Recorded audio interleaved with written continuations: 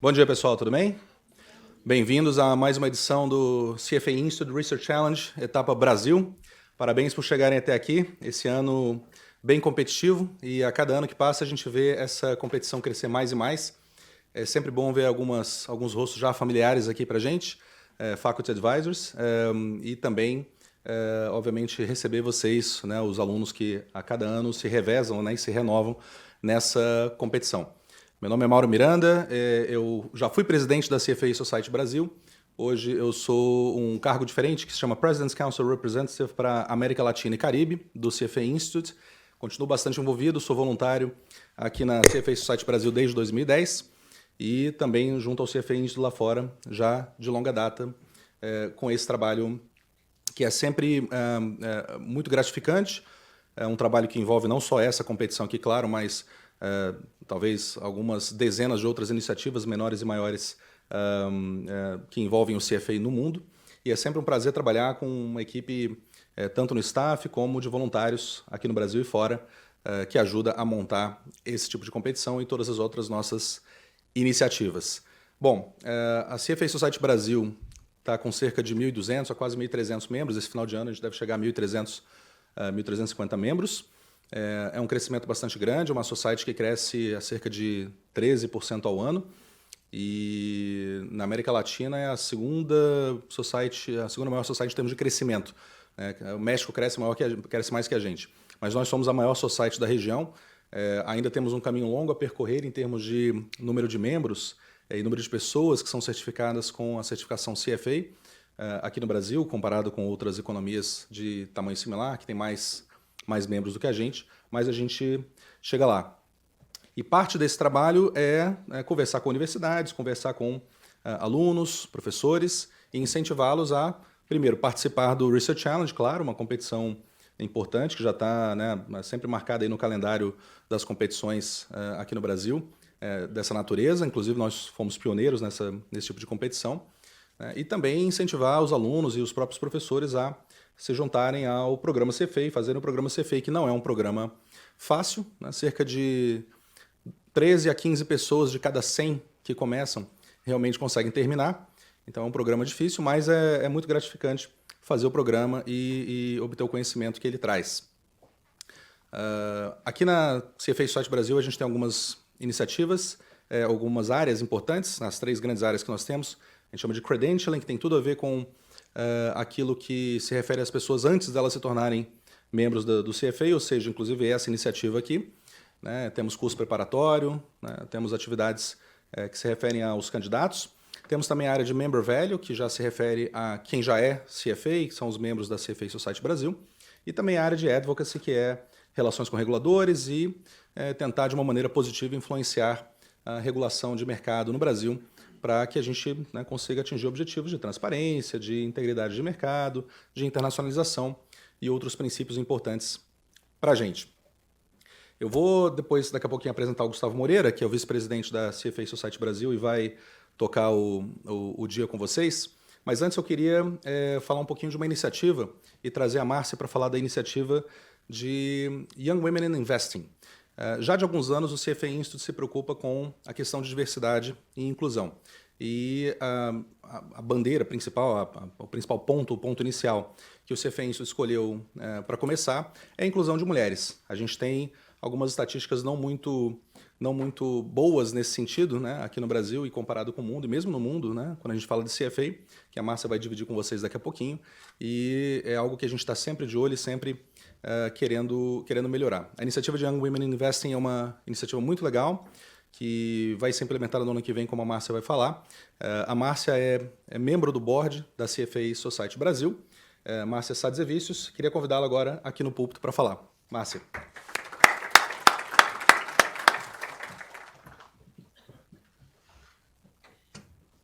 Obrigada, Mauro. Bom dia a todos. Obrigada pela presença de vocês e todo o empenho aí dos participantes em participar aqui da competição. Sorte a todos. Bom, como o Mauro comentou, eu sou board member da Society desde 2017, até por um convite do Mauro e da Sônia para que eu compusesse o board. Obrigada, tem sido uma experiência muito bacana. Para mim, é até um prazer especial falar aqui nessa competição, que foi através da minha participação como voluntária nessa competição que eu passei a me engajar mais com a Society, e daí surgiu o convite a compor o board. Então, eu já atuei nessa competição como mentora de uma equipe e como juíza aqui com os meus colegas. Então, acho que é um prazer especial. Como o Mauro comentou, o CFA Institute tem algumas iniciativas de diversidade e inclusão, e o CFA Institute escolheu trabalhar a diversidade de gênero como a primeira diversidade da qual vai tirar as lições para trabalhar outras verticais de diversidade. As estatísticas realmente mostram como a gente já nota no mercado financeiro uma participação ainda reduzida de mulheres, né? E mesmo eu já trabalhando no mercado financeiro há muitos anos, essa proporção não tem aumentado significativamente. Então, a gente vê algumas iniciativas das empresas, dos bancos, em aumentar, pelo menos, a discussão sobre o tema. Algumas estatísticas que eu queria dividir com vocês. Globalmente, menos de 20% das detentoras da certificação CFA são mulheres. E no Brasil, esse número é apenas 10%, ou seja, a gente tem ainda um longo caminho se a gente quiser, ao menos, se igualar à proporção global. A boa notícia é que, nos últimos 5 anos, a participação de mulheres candidatas, as que iniciam a prova, né, olhando a prova como um todo, mais do que dobrou. Essa proporção hoje é 39% dos candidatos são mulheres, e muito puxado por Ásia, que o número de mulheres, a proporção de mulheres lá é bem mais significativa. Aqui no Brasil, acho que vale dividir uma última global. Assim, o nível 1, né, que é o nível de entrada, onde você enxerga as tendências futuras, em alguns países já chegou a quase a equalidade, como alguns países do Reino Unido e na Austrália. A gente tem um longo caminho a percorrer, e aí, como o Mauro comentou, a gente agora tem uma iniciativa não só de medir e discutir o tema, a gente está com uma iniciativa concreta, como ele citou, que é a iniciativa de Young Women in Investments. Até eu pedi para que o Mauro e o Gustavo, que coordena essa competição, me dessem esses minutinhos aqui, aproveitando o público, que em sua grande maioria é universitário, e que já vai nos ajudar a dividir isso com as colegas aí das universidades. É uma iniciativa voltada para jovens universitárias no penúltimo e último ano, que vão passar por um processo seletivo, que a gente vai divulgar os detalhes muito em breve com o lançamento do programa. Vai ser um programa que vai focar, ajudar na formação, na melhor qualificação de 35 jovens que vão passar por um curso na CFA Society, com fundamentos de mercado, com eventos de networking, com palestras e contato com empregadores. E vai ser um curso de 1 mês, durante as férias de julho do próximo ano. E essas 35 jovens que concluírem o programa terão um estágio de 3 a 6 meses em parceiros que nos apoiam, entre eles o próprio BTG, que terá estágio para algumas das meninas, e vários outros apoiadores. Então, a gente está trabalhando para fazer o soft launching esse ano. O lançamento vai ser feito no próximo ano, com todos os detalhes de inscrição. Então, eu conto com vocês para já ajudar a dividir a boa notícia do programa, e que nos ajudem a ter um grande número de candidatas. Obrigada, Mauro, Gustavo. Boa sorte a todos aí na competição. Vamos com tudo. Legal, obrigado, Márcia. Essa é realmente uma iniciativa importantíssima, pessoal, e eu vi que as meninas estavam todas prestando atenção, e prestem atenção mesmo. Essa é uma iniciativa que começou na Índia, e a gente trouxe para o Brasil, adaptou aqui, e a Márcia está tocando isso junto ao board da Society para fazer acontecer em meados do ano que vem. E tem uma preparação enorme para chegar lá. Então, a ideia, como a Márcia falou, é bem interessante. Não? As 35 mulheres que vão participar do curso, vai ser um curso de 1 mês, aí, bastante, né, rigoroso. Não é preparatório para a prova CFA, é um curso específico para essa iniciativa. E aí a ideia é que cada menina já saia com um estágio pronto, já, né, encaminhado. Então, a gente tem vários parceiros, como a Márcia falou, inclusive o BTG, para essa iniciativa. Então, de parabéns, pessoal. Bom, vamos agora ao que interessa para o dia, que é o início do nosso Research Challenge. O Gustavo Moreira é o vice-presidente da CFA Society Brazil. Eu estou aqui falando em nome do Felipe Nogueira, que é presidente, que não pôde estar aqui hoje, mas o Gustavo já toca o Research Challenge há algum tempo. Alguns de vocês já conhecem o Gustavo de algum tempo e tem feito um excelente trabalho, responsável pelo crescimento enorme dos times, né, da quantidade de times que participam todos os anos aqui no Research Challenge. Eu desejo um bom dia para todos. Vou estar por aqui, quem quiser conversar ao longo do dia, estou por aqui até o final e desejo sorte, né, apresentem, né, façam um bom trabalho aqui na frente, não fiquem nervosos, apresentem bem. Esse é o momento de vocês brilharem. Os juízes aqui na frente, que daqui a pouco o Gustavo vai apresentar, eles não mordem, mas eles vão fazer o trabalho deles e, né, respondam da melhor maneira possível ao que eles perguntam no final. Tá bom? Gustavo Moreira, por favor. Obrigado, gente.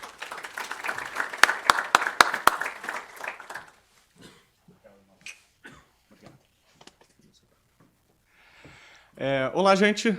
Bom dia. É sempre um prazer estar aqui.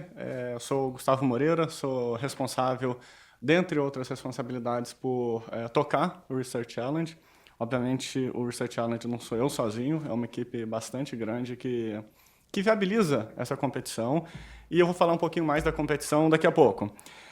Bom, então, eu sou o vice-presidente, sou responsável pela área de credentialing, que é justamente responsável por essa interação do CFA Society, com alunos, com universidades e do Research Challenge aqui.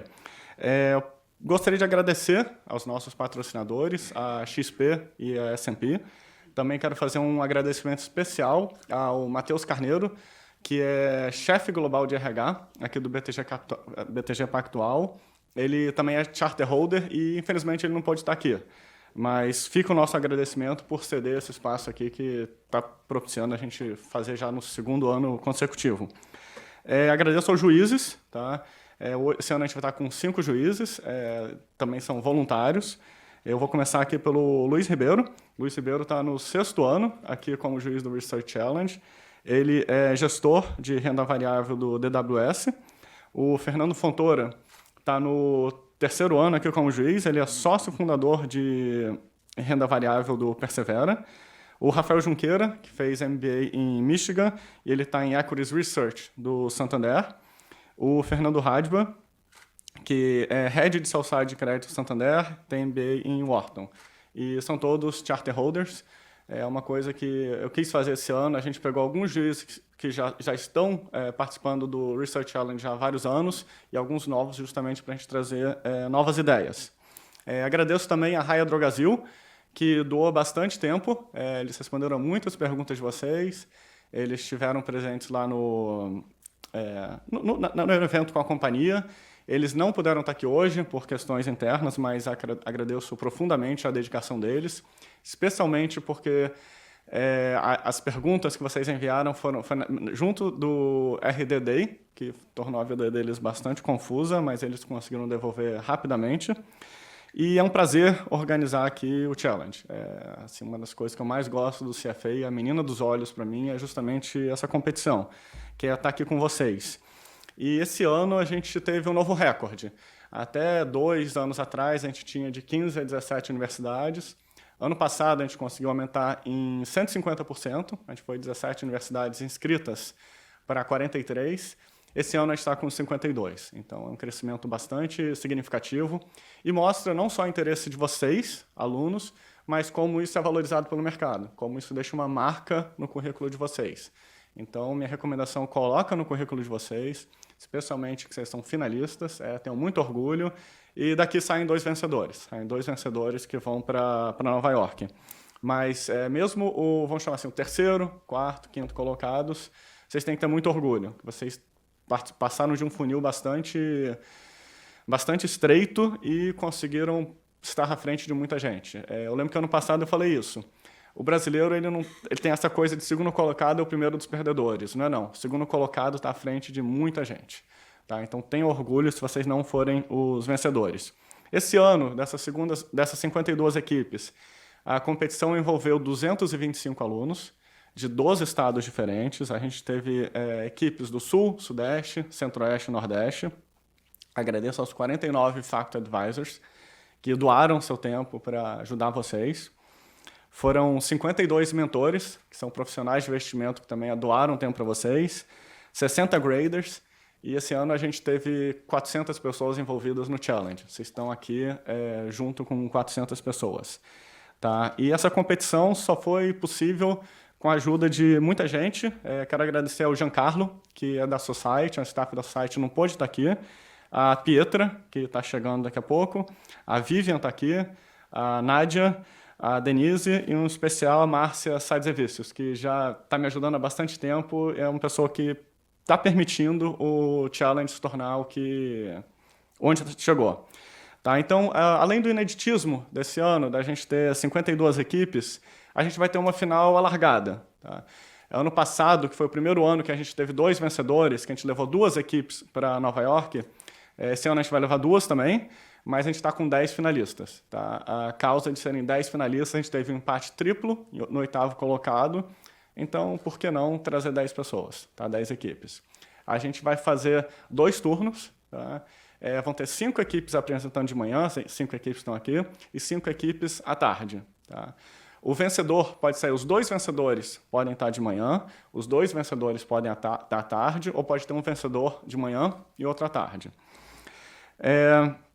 Essas 2 equipes vencedoras vão para Nova York, com tudo pago, vão participar da final internacional, que acontece em abril do ano que vem. Tá?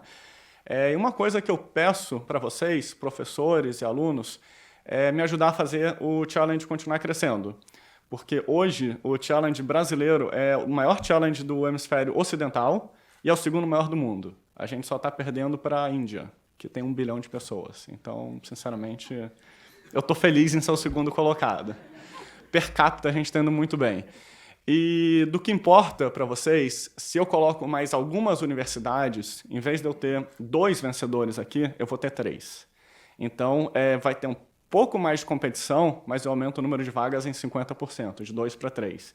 Então, se vocês puderem me ajudar, falar para os seus colegas de outras universidades, para formar equipe, para se inscrever. A gente tem o challenge todo ano, em agosto. Vamos fazer o nosso challenge e tornar o maior do mundo. Tá? Vai ser um super prazer e todo mundo ganha. Todo mundo ganha porque é mais equipe finalista, mais prêmio distribuído e mais gente indo para Nova York. A gente vai levar a caravana do Brasil para Nova York, com cartaz. Então, a gente vai ter as 5 equipes agora. A agenda está aqui, tá? A gente tem a agenda lá fora. Uma coisa que eu vou pedir para vocês ficarem atentos, essa é a agenda preliminar. Talvez atrase um pouquinho e talvez antecipe. Então, fiquem atentos no horário. Tá? A primeira equipe, a primeira equipe que a gente vai sortear agora, apresentou, vai para casa, vai para o shopping. A única coisa que eu peço é que vocês estejam aqui 4h30 da tarde, porque às 4h30 da tarde vão estar todas as equipes aqui, quando a gente vai anunciar a finalista. Então, você apresentou 9, 10, 1, 2, 3 da tarde, vai passear e volta às 4h30. Você não precisa ficar aqui durante as apresentações. Quem ainda for apresentar, a gente vai ter salinha disponível para vocês ficarem com conforto. Vocês podem ficar praticando, podem ficar conversando, não tem problema. Recomendo fortemente que vocês publiquem nas redes sociais. Gente, estou aqui no BTG Pactual, esperando para apresentar na final do CFA Research Challenge. Falando sério, publica que vocês estão aqui, publica, tira foto do evento, façam bastante barulho, porque vocês estão aqui porque merecem. A competição foi muito, muito apertada esse ano e não é à toa que a gente tem 10 finalistas. Quanto à apresentação, tá? Durante a apresentação tem que ter silêncio absoluto. Tá? Vamos dizer, a equipe X vai estar aqui. Vão estar os alunos, pode estar o Fact Advisor, o mentor e, obviamente, os convidados dessa equipe. Tá? Só os convidados dessa equipe. Se a equipe X está apresentando, os convidados da equipe Y não podem estar aqui. Se a gente encontra uma pessoa da equipe Y numa apresentação, numa outra apresentação, quem está invadindo a equipe dessa outra pessoa que está invadindo a apresentação pode ser desqualificada. Então, se você é a USP, só pode ter USP aqui. Se você é o FRJ, só FRJ. Não pode ter gente de outro. Tá? O formato é o mesmo do ano passado. Cada equipe vai ter 10 minutos para apresentar. 10 minutos precisamente. Tocou o alarme, tem que parar de falar. Depois a gente vai partir para mais 10 minutos de perguntas e respostas com juízes, a mesma estrutura. Tocou o alarme, 10 minutos, acaba. Tá? A apresentação vai ser dura, tá? Os juízes não mordem, são vacinados, mas vocês vão errar, vocês vão esquecer coisa, vocês vão gaguejar, vai ser a pior apresentação da sua vida, mas vai ser a pior apresentação dos concorrentes. Está todo mundo aqui concorrendo em pé de igualdade. Tá? Então, fica tranquilo. Tá? O mais importante, tem uma energia positiva.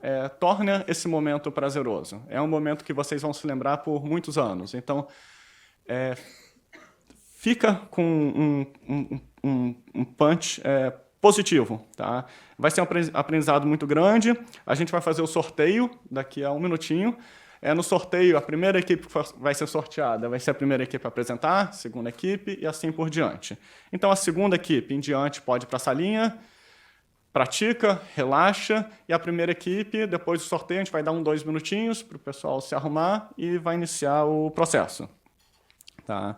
Por último, eu te garanto que as 10 equipes finalistas merecem estar aqui, então eu vou pedir uma salva de palmas a vocês pelo trabalho produzido.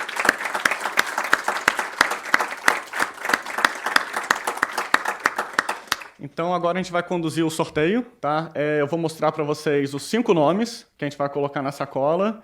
Eu vou mostrar que a sacola está vazia. A primeira que sair, é verdade, pode ser a sacola do mágico, né? A primeira equipe que sair vai ser a primeira a apresentar, segunda equipe sorteada a segunda e assim por diante. Tá? A Denise está mostrando aqui os 5 nomes. USP FEA da USP.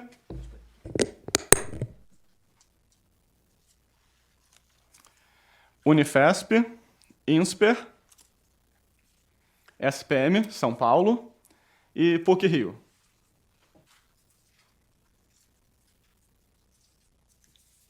Estou dobrando 2 vezes.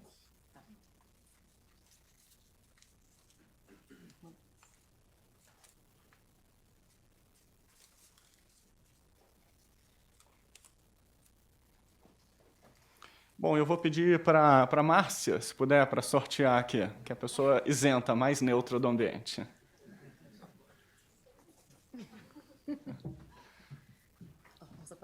Vamos lá.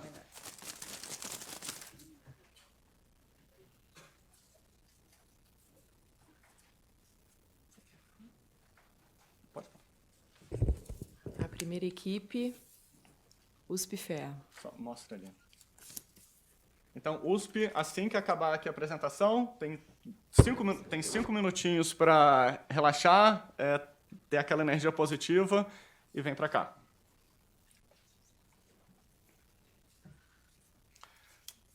A segunda é a PUC-Rio. Tá? Então, acabou aqui, a PUC-Rio vai para a salinha, se prepara e fica atento ao horário. Unifesp é a terceira.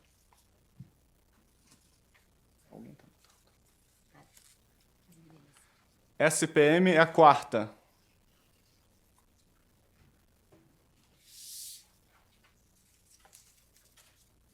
E, por último, o INSPER vai ser a quinta equipe a apresentar de manhã.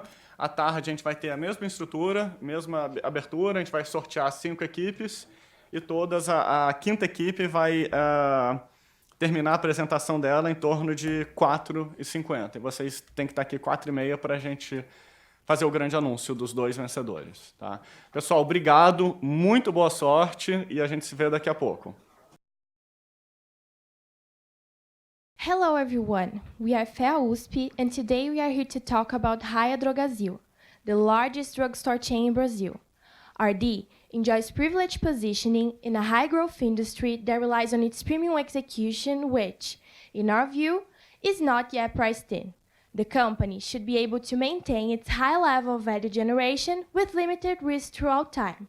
That is why we issue a buy recommendation on Raia Drogasil with a target price of R$123 per share, presenting 16.5% upside potential. RD is almost 2,000 stores from the largest drugstore chain and the 6th largest retailer in Brazil. Its diversified portfolio of products has generated 15 billion reais of sales in the last year. But talking about privileged positioning, what does it mean? In a market that grows around 13% annually, RD has consistently outperformed its peers and showed resilience to grow in both fast and sluggish market environments. This is due to a highly diluted industries with one of the lowest HHIs in the world, yet overpopulated with pharmacies. This should allow RD to operate as a leader with a still friction-free market share and plenty of room to expand. The company currently holds 3.2% market share in terms of stores, but 13.3% in terms of sales, which is the result of much higher efficiency and revenue generation per store area. Moreover, the sector enjoys secular growth drivers. Brazilians are getting older at a faster pace, which should sustain higher demands on drugs. Since elderly people spend from 4 to 10 times more, we expect the average spending to increase 1.2% annually in real terms.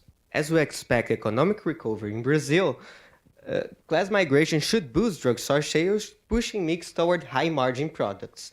HPC should be benefited as high-income individuals spend 11 times more than lower-income ones. Besides this trend, increasing bargaining power brought by a broader network might reduce the price gap between drugstores and supermarkets.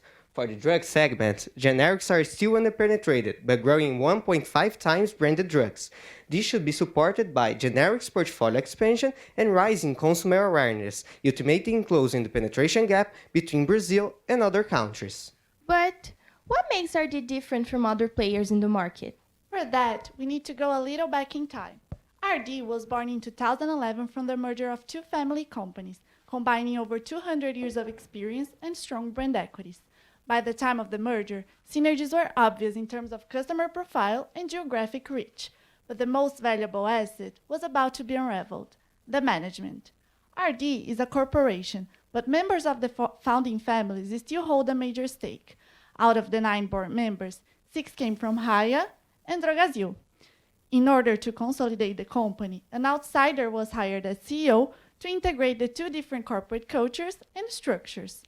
All those years of experience have been translated into a premium execution with consistent delivery. Since the merger, RD has been able to expand its store base and revenues per store without jeopardizing margins. When it comes to competition, it can be divided in two sides: major drugstore chains and associations, differentiated by geographic strategy, income-focused group, and mixed strategy. Associations are groups of independents united to create bargaining power over suppliers. Those players start to gain space by the end of 2016 during the economic crisis, when consumers downgraded their consumption habits on a higher discount and national chains started to struggle with organic growth. On the other hand, major chains such as Raia, Drogasil, the PSP, Pague Menos, Extra Pharma, and a few others are able to create strong regional brands. This can be related to the large extent of the Brazilian territory and its demographics that create different markets across the country. And then we thought, between all those regional competitors, what makes RD's growth pace sustainable? Well, one of the things Brazilian consumers care about the most when choosing a drugstore, apart from fair prices, is the location. That way, drugstores need to be strategically placed close to people, but not just people, the elderly and wealthy ones. That is why we mapped the major drugstore chains in Brazil and cross-referenced its location with demographic data in order to understand their store placement strategy. We found out that their specific regional distribution allows for different exposures to age and income levels. To capture the different combinations of that, we developed a location index, which combines age and income, and concluded that RD has indeed the best demographic combination amongst its peers. Diving deeper, we studied the largest market in Brazil, São Paulo. There, income and age are concentrated in the central area of the city, as well as most of the drugstores. Once again, RD presents the highest location index versus peers. This shows that RD has the best store placing strategy, not just in the country, but also inside cities. Another key strategy is related to data analytics. By tracking almost 96% of its transactions, the company is able to gather, monitor, and process a large amount of data in order to improve customer experience and control store cannibalization. With digital sales gaining traction, RD recently acquired Donofi, a leading e-commerce brand in Brazil, to further scale its online operations. With all those strategies combined, I reflect in a higher returns on a store level. The management targets a 20% IRR for each new store.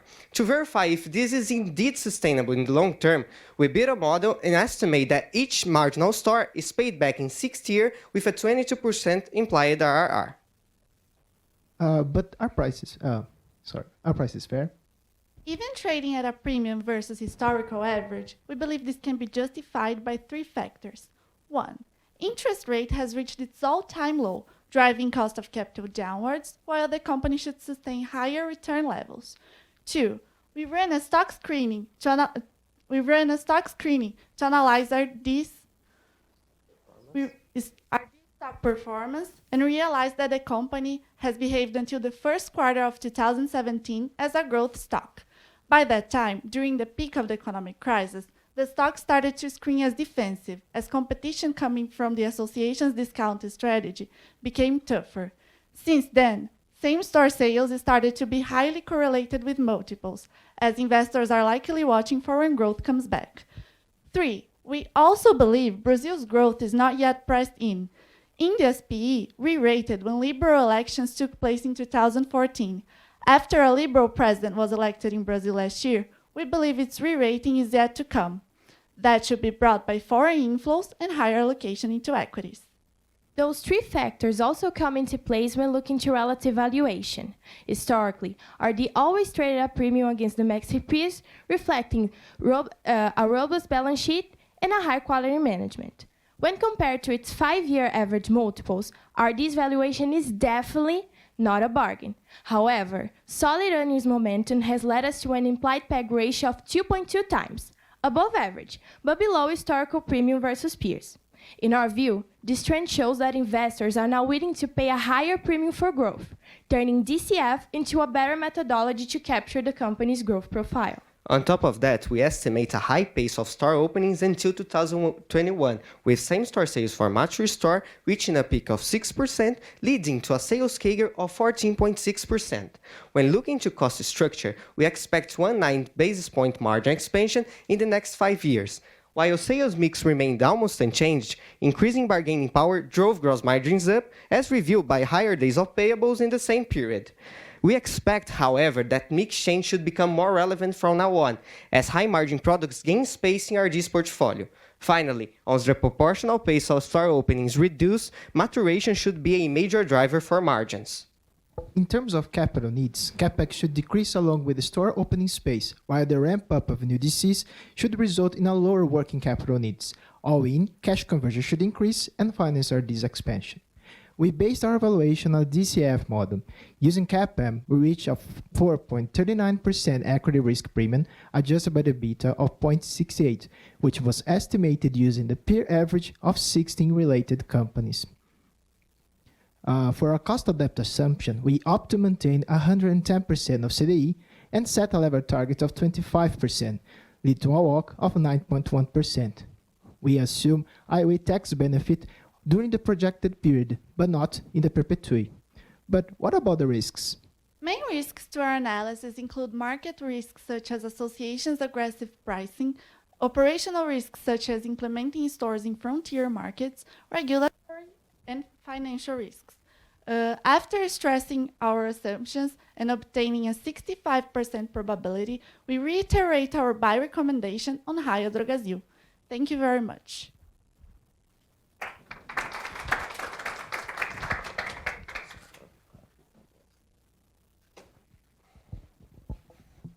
Bom, agora são 10 minutos de perguntas e respostas.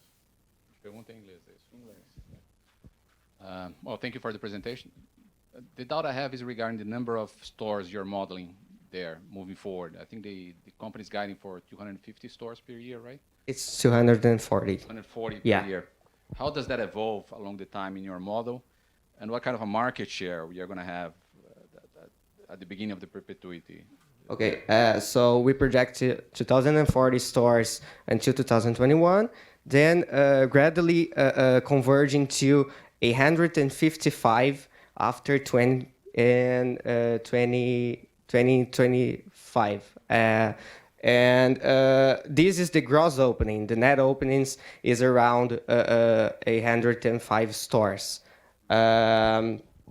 In terms of market share, we end our period with almost 4,000 stores, and today Brazil has almost 78,000 stores in drug stores. So this is, in terms of a number of stores, this is the market share at the end of the period, the productive period.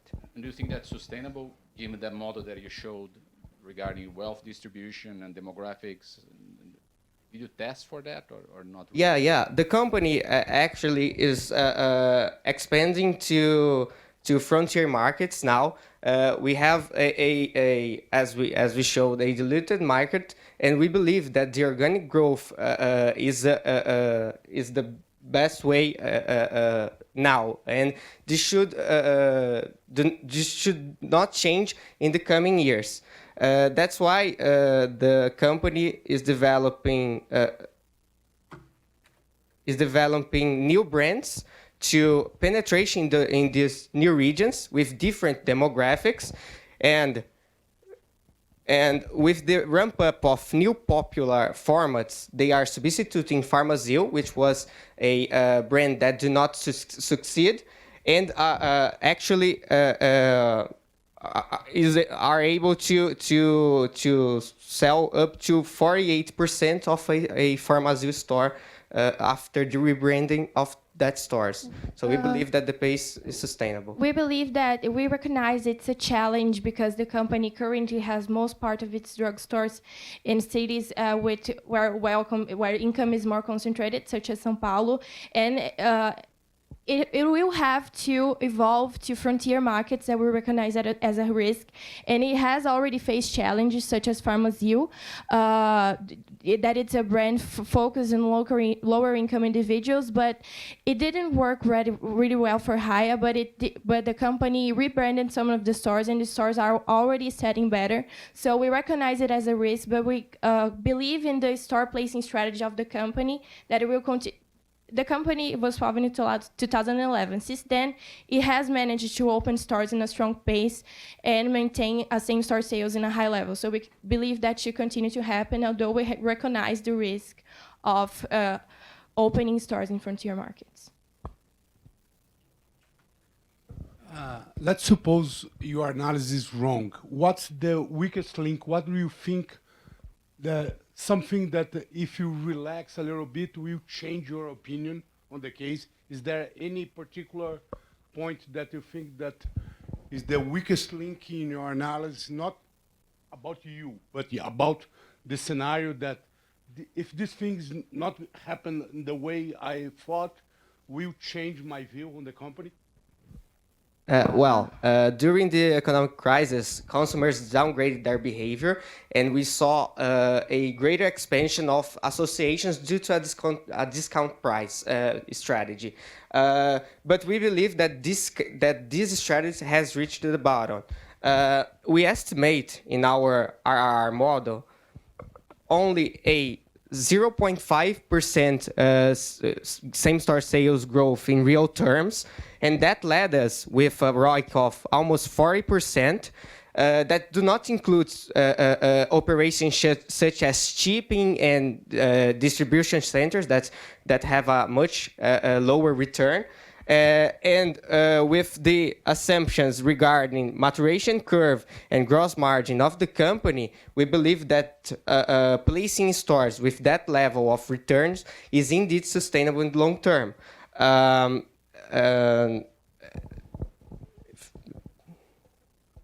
It's okay.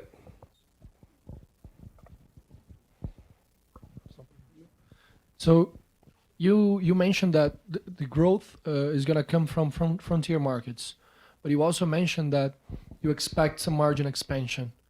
I tend to think that frontiers market sell lower margin products. How's that gonna work? Well, we expect margin expansion coming from three parts mostly. One of the most important parts for margin expansion is the maturation of stores. So stores mature. Today, the base of stores of Raia Drogasil, because the store has been opening more than 200 stores a year for a long time, the base of stores is mostly immature. So we expect with the evolution and until the end of our period that the maturation should bring a lot of, you see, the gross margin comparison here. So today only 35% of its 35% of store base is not mature. In our projections, by 2025, almost 80% of the stores will be mature. And if you see the curve, the mature store sell at as fixed costs is more relevant in each store. Each matured store sells much more with a much higher margin. And we believe that, and there's also a counterintuitive reason for margin in mix, because generics have much higher margins than branded drugs. So these stores in frontier markets will indeed sell less HPC or health and beauty products, but those stores will also sell more generics that are more important, that has higher margins. So we did a comparison here. So we have a branded drug it's 100, but in the generic that it's 40. Even with the difference of prices, in the end, with margins, the generic will generate more gross profit to the company than the branded one, even having a much lower price. So the frontier market, the assortment of generics is much higher. So we do not believe that the real impact in gross profit is something real relevant. We believe that the company should sustain this level of growth. Moreover, we are thinking too, because the penetration of generics in Brazil is still too low compared to other countries in the world. So we are seeing the trend that is increasing this awareness about generics in Brazil, and tends to grow further because the ticket is lower, as is obvious, and you have the class migration of the population, so people are going to be able to spend more and treat more diseases, so they have a large portfolio of generics that can buy on the other.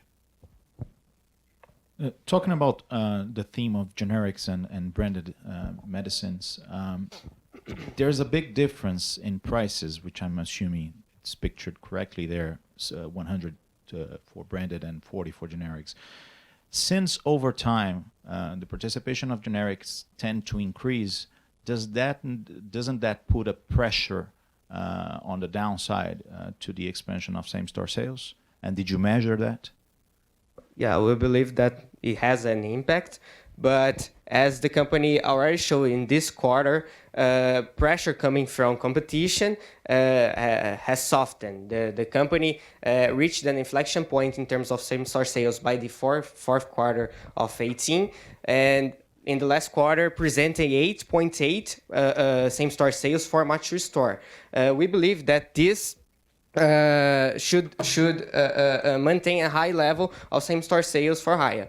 And when we see, when we talk about expansion, Raia still have almost 50% of its base in São Paulo. So these high-margin products and high-ticket products such as HPC should be also maintain a great relevance in the portfolio. So you have this expansion in the frontier markets that sell more generics, but also you have most parts of your base in São Paulo, as Luis said, and in São Paulo you have with the economic recovery, people earning more, and then people will spend more in other type of high margin products such as health and beauty. So in Brazil, the size of the stores are still much lower versus other countries, due mostly to a less diversified mix of products. So we have a lot of space to expand in health and beauty products, which have higher margins in cities as São Paulo too. Good morning, everyone. We are very excited to be presenting here our recommendation for Raia Drogasil. We are issuing a buy recommendation with an upside of 23.5% from its last closing price of 105.55 reais at October the 21st to a target price of 130.37 reais. Our reasons for this recommendation include the company's ability to gain high profits from its hygiene and beauty products and exclusive brands, the company's expansion strategy, its e-commerce platform, its data analysis from its consumers' behaviors, its customer relationship strategy, its pharmacy clusters aiming at specific socioeconomic consumers, and finally, its stores maturation. Well, Raia Drogasil is the largest pharmacy chain, the most profitable one, has 13% of market share, has more stores, is the leading group in gross revenues, and is the 6th largest company in the retail market. Well, the company arises between the merge from the 2nd and the 3rd largest pharmacy chain at the moment, and nowadays has an integrated portfolio divided in 3 main areas. RD pharmacies with these 4 brands, RD service with the special medicines market and health management market, and RD brands that represent 6% of the front store and has better margins. Well, the business model is based on 2 leading brands acting independently and with complementary qualities.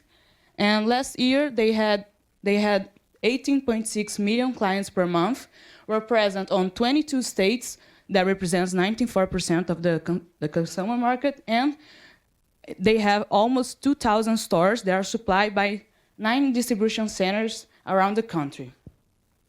The key element of the business is the distribution process that is centralized and based on statistical demand and ensure fast supply for the 3 sales channels of the company that are linked to the final consumer. Furthermore, Raia Drogasil is developing a omni-channel that integrates physical and virtual stores with the Compre Retire program that you can buy something online and withdraw it in some store next to you. Well, as you can see, Raia Drogasil is the leader in gross revenue, margins, number of stores, and in expansion process. And talking about the industry, it's projected to the global spending on medicines to grow in the next 4 years. And we have 3 key elements for this growth. The first one is a recovery of the Brazilian economy, leading to an income increase, and with the larger the average income of the families, more they spend in medicines. And even when the economy didn't perform well, the pharmaceutical retail market still has grown, and Raia Drogasil grew above them. The second one is an aging population. It's projected to the Brazilian population to get older over the years, and in average, elderly spend more with medicines.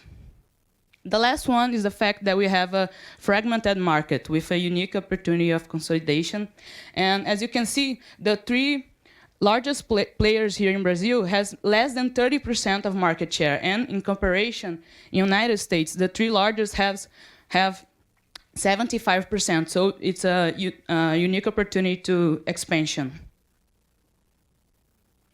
The company's current expansion is being financed largely through debt, and its main sources of financing have been BNDES loans, private loans, and debenture emissions. The company has been lucky in deciding to expand at a time where Brazilian interest rates have been cut, meaning that its borrowing costs will be lower. Also, the company is part of Bovespa's new market, meaning that it has high standards of corporate governance, which allows the company to acquire debt at a lower interest rate in the market. We can observe that the debt ratio has stabilized during the last year, meaning that its current debt levels have been sustainable in financing the acquisition of new assets for the expansion. The company has been successful in attracting new consumers with its expansion. As we can see, the number of consumers has risen quarter by quarter, and also the company has been successful in attracting more money out of these consumers. We observed that from 2015 to 2018, there has been a rise of more than 20% in the average consumer spending at Raia Drogasil's drugstores, which is especially significant considering that Brazilian GDP per capita has fallen sharply during the same period. Also, the company has been successful in maintaining high merchandise margins of about 28, 25, 29% since 2014. And all of this contributes for the company to generate high net revenues. We project a CAGR average of 17% from 2014 to 2024, which is exceptionally high. And they also project a higher capital expenditure, as in every expansion, but these will generate better efficient operations, which in return will generate more cash flows for the shareholders in the future. Okay, now we're going to lay the ground for our valuation analysis and explain the assumptions used in the DCF and the estimates. Okay, the first and main driver was the change in the structure of the demographics in Brazil, which by IQVIA's estimates,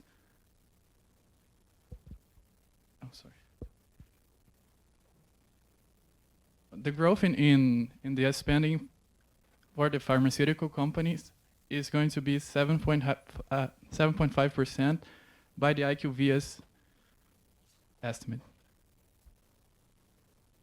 Okay, so here we can see that the growth in spending for the healthcare market will be from 5 to 8%, which will be a lot higher than the inflation rate.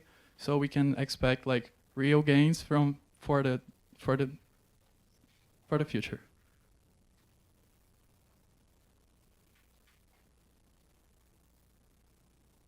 Oh, here we can see how Raia Drogasil has been having an excellent execution in their net store additions. Even having less net store additions, its nominal growth in revenues has been growing a lot more than its peers in Abrafarma. We can see that the market for the pharmaceutical companies is extremely fragmented, and Raia Drogasil has a huge margin for capitalizing on this and using its better margins, its bigger scale, and its better execution in order to gain market share and gain size. Our margins, see that the margins have been extremely stable since the last few years, and it's important to note that these margins are extremely higher than all the other peers in the sector. So we have confidence that this will keep happening and will either keep at this level or have a marginal gain for the future.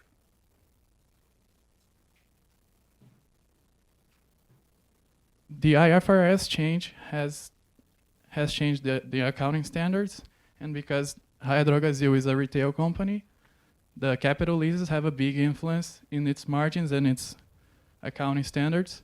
This is more to show that the EBITDA margin, for example, will grow a lot, and the net income margin will go down. The depreciation will be a lot higher, but the most important part for the valuation is that the net cash flow effect is zero, as reported by the company, because the increase in depreciation cancels out with the expenditures for the leases. For the inputs in the DCF valuation, we first started with a bottom-up beta, doing a screening for the companies, for worldwide companies in the sector with a market cap higher than 500 million.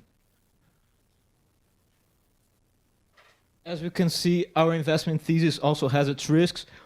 We have identified 9 major risks, but the most pressing risk we have identified is that of cannibalization, which means that the company is opening too many stores close to each other and they are competing for the same consumers, but they generate different sources of spending, which is very bad for profits.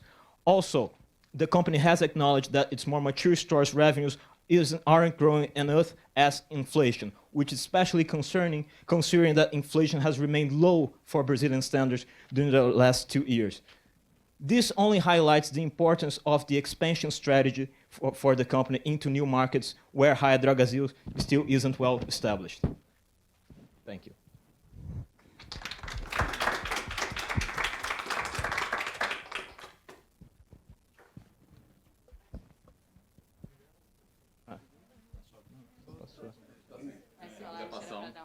Aí quebra um galho. Obrigado. Vamos falar perto do microfone por conta do vídeo, da gravação. Regarding the expansion plan and the number of stores, I think the company has guided for an increasing number of stores of 240 stores per year, right, in the coming years? Correct. I was wondering how you model that. I mean, how many stores are you modeling moving forward? Because I don't think this level is sustainable. And what kind of target market share you have? What's the maximum market share you think that Raia Drogasil could have, given this number of stores being open? Yeah, because of the time, we couldn't go through the inputs that we had for the revenue growth, but in order to forecast it, we assumed 220 net store additions yearly, which has been the number presented for the last three years, and in order to have a better grasp of the effect of those in the net revenue, we use the data provided by the company for the average store. Yeah, and then we correct it yearly by the growth in spending. But 220 stores per year for how long? For the perpetual? Until the end of the forecasting period, which ended in 2024. And then did you forecast how much market share they're going to have at the end of that period? No, we didn't really forecast the market share percentage, but we believe that because there's a very fragmented market and a lot of competition with small drugstores in these new markets, we believe that Raia Drogasil has a very nice opportunity of expanding, perhaps getting into the same market share as here in São Paulo, which is about 45%. 25%, sorry. 25, okay. Yes. And this has been sounds like reason. This has been kind of the limit that they are now seeing since they are trying to expand to other regions, because it's already pretty high. Okay, thank you. So you mentioned that the company yields margins higher than the competitors, and you expect it to keep it like this, and to even grow margins going forward. How's that possible to happen? I mean, you're gonna grow to regions where demographic density is lower, therefore the turnover of the stores are gonna be lower, and even you're gonna be able to expand margins. Can you give it? No, actually, the margin expansion was, I said, a marginal growth in the margin expansion, probably because of the changes in product mix, and now they are focusing on providing services, and with the digital influence in their sellings, it's probably going to have a lot lower cost of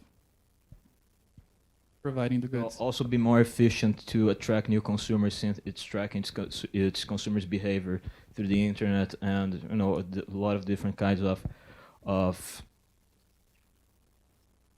lot of different kinds of strategies that the companies try to attract the consumers, especially online. But the main argument is that the margins are pretty stable and has been like this for the past 4 years, even having a pretty hard moment here in Brazil through 2014 and 2015. Raia has been able to keep it higher than peers. Hi, you have mentioned IFRS 16, and this is just a quick question on this. Do you think that with IFRS 16, the company showed better what's the reality of it, or you think it's unfair with the company? Your opinion. This is the first question. The second one, your main risk, if I understood correctly, was the cannibalization. How do you think the company managed the several brands and differentiate them to avoid the cannibalization? These are the two questions. Thank you. I think the changes in IFRS 16 will provide a better view of a better grasp of the reality of the debt structure in the company, because as we could see, and there was a slide for this, but the debt to equity percentage used to be 25% before, and nowadays it's on 130%, which shows that even though it's not proper debt, she still has this commitment, and if she fail to give results and performance, she will need to close. She will still have this high cost. About your question, I'd just like you to repeat the last part of your question because I couldn't understand because of the microphone.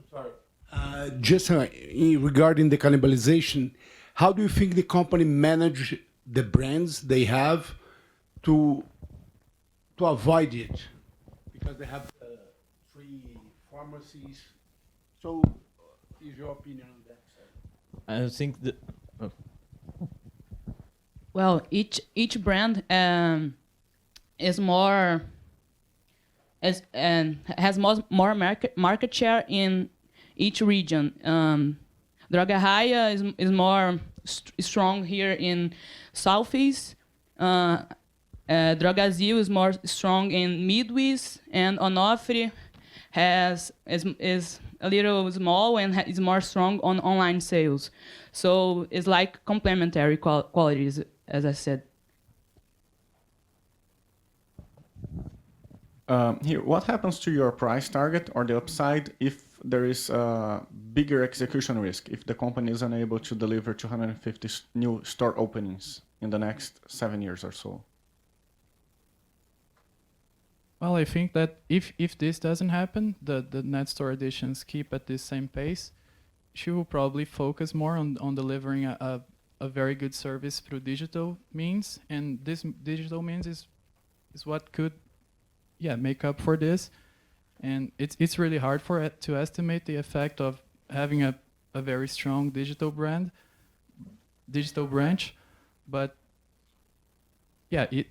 what's good about the digital is that it would drive costs a lot lower, and the effect of cannibalization is not present because the cannibalization would be of the other stores' revenues, not really itself. So while it is a risk that she can't open more stores, it will probably be directed to another and good still investment. I'd like to touch a little bit on on valuation model and which you chose to do a DCF model. Specifically, did you choose a free cash flow to equity or free cash flow to firm model, and why did you make that choice? We use the free cash flow to firm because of its high debt, and in order to have a better grasp of, not better grasp, but in order to use the benefit of the debt that they have, because they have a AAA rating. And so in order to do this, we did it with the free cash flow to firm, and because of the high amount of leverage that they have as a result of the change in IFRS. What is the main risk to your valuation model? As we have said, our main risks, we have identified 9 major risks, and we identified the most pressing risks as cannibalization because it's the only risk we have identified that is in some sort of way already happening. And if the company is expecting to expand and to its more mature stores, the ones that already here at more time and already have a larger consumers know where consumers know more. I mean, the company doesn't have to make marketing to get into new consumers. Then and these revenues are growing lower than inflation. Then this could harm our model because inflation has remained low for the last 2 years, and this is very concerning for the company, and she has to address it. I think the competition risk is a really important one to say, because in this new digital era, many of the goods sold by the pharmacies, like the hygiene and cosmetics, they could be taken away by a digital competitor like Amazon or something like this. And nowadays they represent a big share of its revenues. If I'm correct, is 25%. So Good morning, everyone. We are a team from Unifesp, and we are here to present our analysis and recommendation from Raia Drogasil. Talking about our investment thesis, pode passar.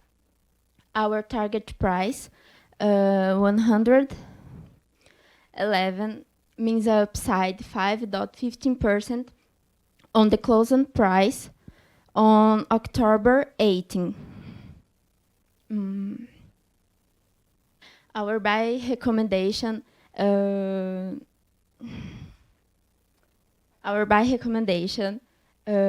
it's necessary evaluation because depends on the optimistic scenarios and a high market premium.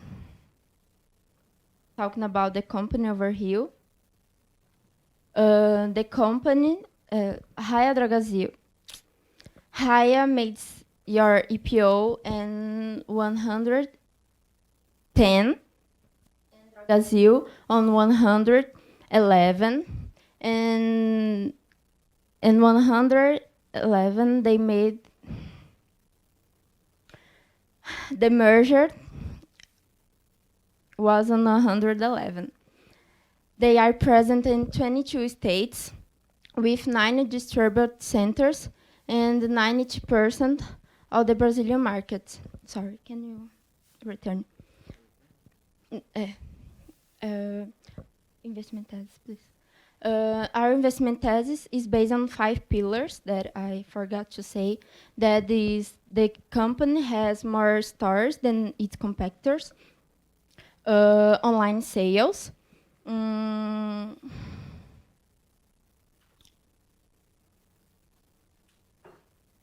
high financial reviews, and this.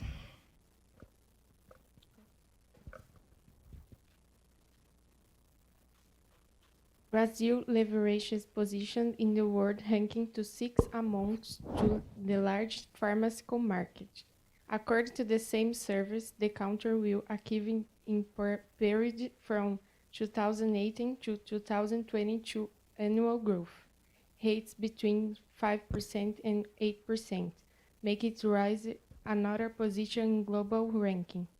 Raia Drogasil S.A. is a large drugstore chain in Brazil in terms of revenue and number of stores, recording net income of 265.5 million in the first half of. Based on projects of mergers and acquisitions, maturity of open physical stores in recent years, and the focus of being diaper to diaper. Our analysis estimated a CAGR of 18.54% in the customer base between 2018 to 2028. Another determining factor for the good scenario of pharmaceutical industry in the Brazilian demographic scenario. As of 2013, the number of inhabitants exceeded 200 million, represents 10.8% of the elderly, 35.26% of young people.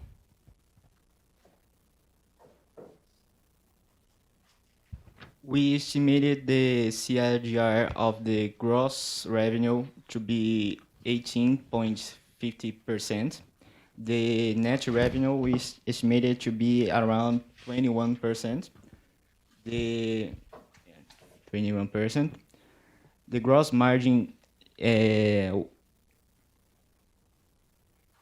we find it that it will decrease from 3.1 in 2018 and against 11.8 in 2017.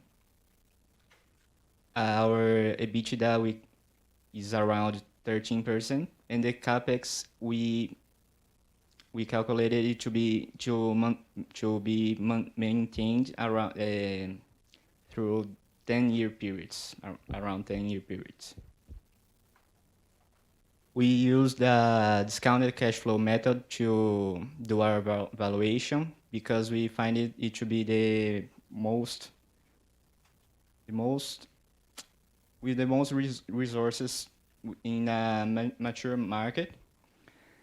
We reach our target price with a ponder weight of a bull and a bear market.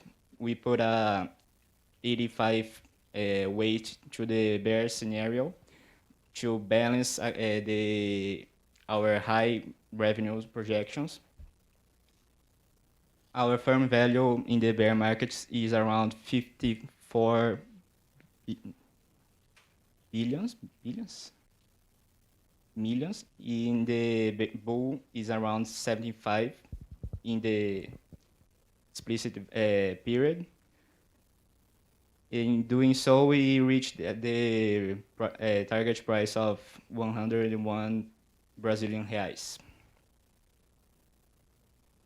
Our market premium in the bear scenario is around 11%, and the bull is around 7%.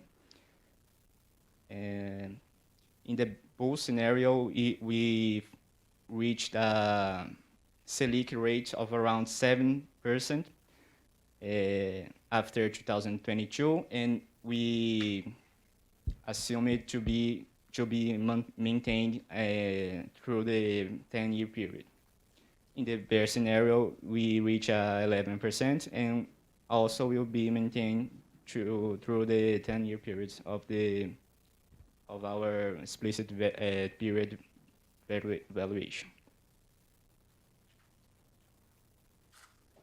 Our capital structure is of 80% and in 12% of the equity and the debt. Our beta is we calculated to be the debt to equity is around 14%, while the historic is around 16%.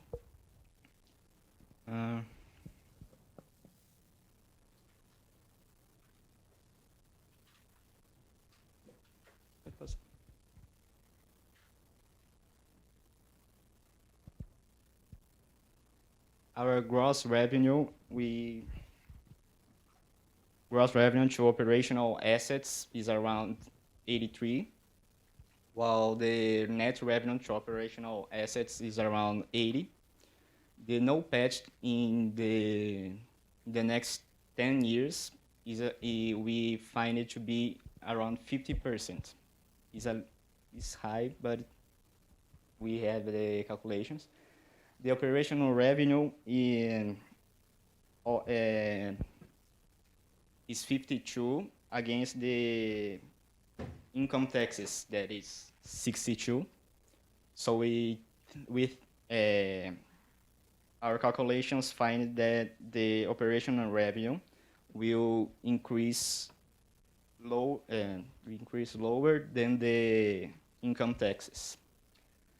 The operating assets is of the current, and the non-current assets is of 17% to the current assets and 30% to the non-current assets, and 90 in 10 is for the liabilities. These are some risks that we put in our investment test too. The main risk is in the competitors in the Brazilian market. The tax rate is 33%, and the market premium it's necessary to be high.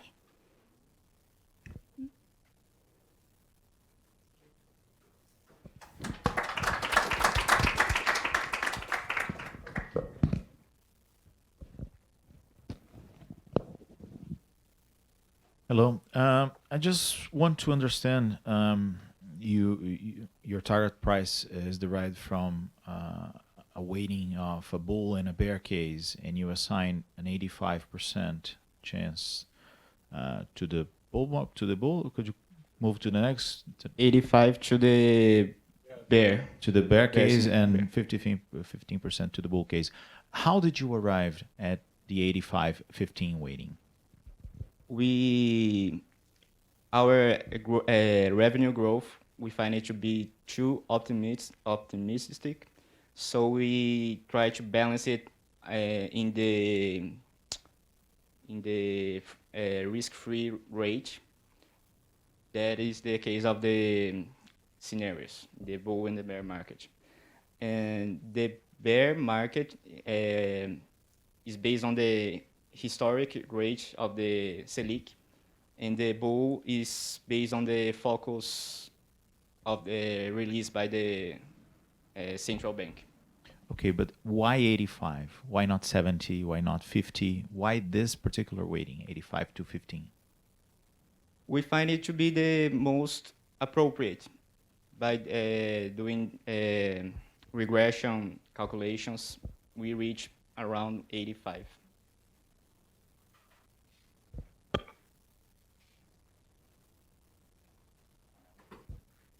So the base difference between the bull and the bear is the discount rate. Is that right? That you have there? Basically, yes. The most important part is the discount rate. All the rest in terms of revenue growth, opening of stores, is basically the same. Is the same. And talking about the opening of stores, could you tell us a little bit of what you expect and what kind of challenge that is for the company moving forward? We calculated the capex to maintain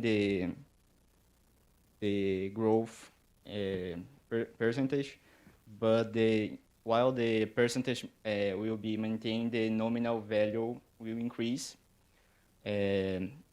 Recently, the company released a message in the Bovespa that it will open around 200 stores next year.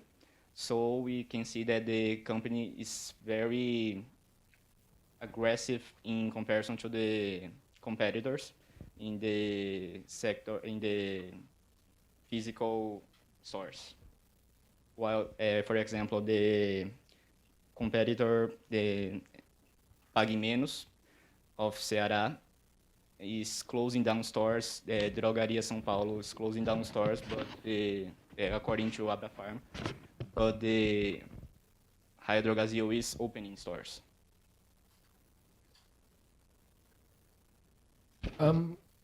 You are issuing a buy recommendation with a 5.5% upside potential.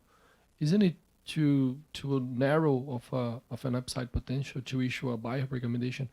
Wouldn't it be more appropriate to issue a hold recommendation? I would like to understand it a little better. Our buy recommendation is not a strong buy.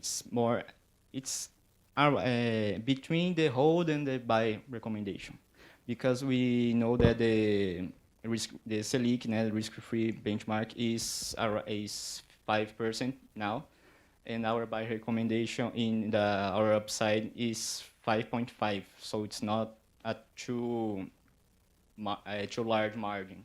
So it's more like a soft buy recommendation.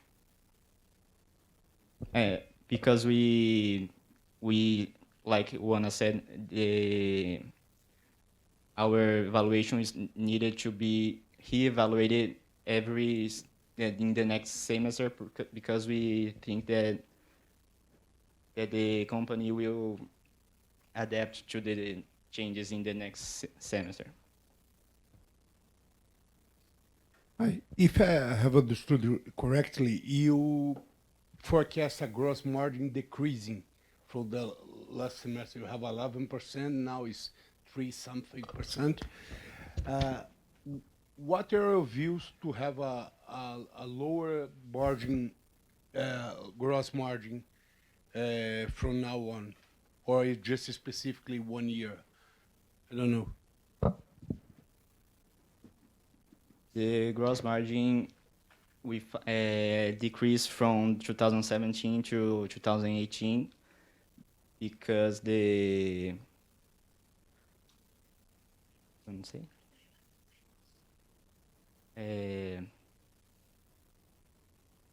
Because of the lower Selic rate, maybe. We just know that it decreased.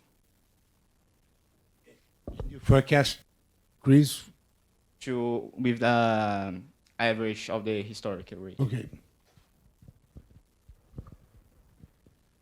Going back to the 85-15% there, what would it make? What would be the cause for you to change the weights between the bull and bear case to change your price target? What needed to happen, right? Yeah, what needs to happen for you to change the weights from 85 to another number and 15 to another number? The market expectation to the free risk rate to change, or the macroeconomic scenario to change, or the company releasing some statement about its strategic overview. Some major change to happen. But if all maintains the same, we will maintain the same scenario of 85 to 15. Still a question regarding margins. Today, Raia Drogasil has a large share of branded products compared to generics. It's a mix there. How do you see that evolving in terms of the share of branded products versus generic? And what does that mean to margins moving forward, if it changed or not? Yes, the margin decreased because the price of the drugs did not grow as much as before, and the branded drugs. Raia Drogasil is not focusing exclusively in the drugs market. Né? They are selling products like cosmetics, women care, baby care. So they are diluting their products. So they are not so vulnerable to the fluctuation price of the drugs. But we think they are. We research and we find that the branded drugs products will not increase significantly in the next years. Probably it will be maintained. Did you guys look into corporate governance for the company? I mean, the board composition and how the company is structured in terms of management and relationship with the board, whether this is good or bad, or did you guys look into that? Was that a factor that you looked into? Yes, the board is basically they have a family board. It's not the family, but the family is still there. I forgot now the name of the family, but they have a significant share in the stock. And yes, we checked the company, and we think this tradition of the family will be maintained. That's neutral for you. It's not a negative, not a positive. Do you have a view on that? Whether this is positive or negative? The family is not new to the company. They are accompanying the company throughout the years, and they are doing a good job. So we find there's no sign that it will change. So we maintain a neutral approach to this. Okay. Good morning. We're Team 3 representing SPM, and we're here to present our investment thesis on Raia Drogasil. In 2011, Raia and Drogasil decided to merge, to combine their synergies and increase efficiency in their production and sales department. They became Raia Drogasil, which this year acquired Drogaria Onofre for their digital platform and also to prevent competitors to acquiring Onofre. Under Raia Drogasil, they have 7 personal brands, and the company also have stores in 23 states, which are mainly concentrated in the southeast, especially in São Paulo, where they have 25.7% of its market share, and in Brazil they represent 13.3% of its market share, and the company, which is why their company became the largest pharmaceutical retail in Brazil. And also, the Raia Drogasil has 1,995 stores and a total of 39,029 employees. As you can see, Raia Drogasil main shareholders are 4 families that are also present on the board of directors, helping with their experience and 100 years of the market, helping the management background to complete and have a great governance. Also, they are listed on Novo Mercado Corporate Governance in Brazil, which is the highest level of governance and transparency, showing that they are a believable company. So, we have a buy recommendation with a target price of 119.56 reais, an upside of 15.37%, as we believe that the company will deliver stable margins for the foreseeable future. The digital expansion will enhance their click and take strategy in order to retain more customers. Also, it is important to highlight Raia Drogasil high skill management with their efficiency strategy execution. To support our investment thesis, we found that Raia Drogasil is the main share leader in the market, having 15.5 billion reais in revenues that represents around 40% more than the second peer. Also, in 2018, Raia Drogasil had 12% of the market, showing that the market is very fragmented with a lot of opportunities to be explored with their expansion program. Looking at the Brazilian pyramid, comparing 2010 and 2050, we can see there is a tendency of the Brazilian population aging.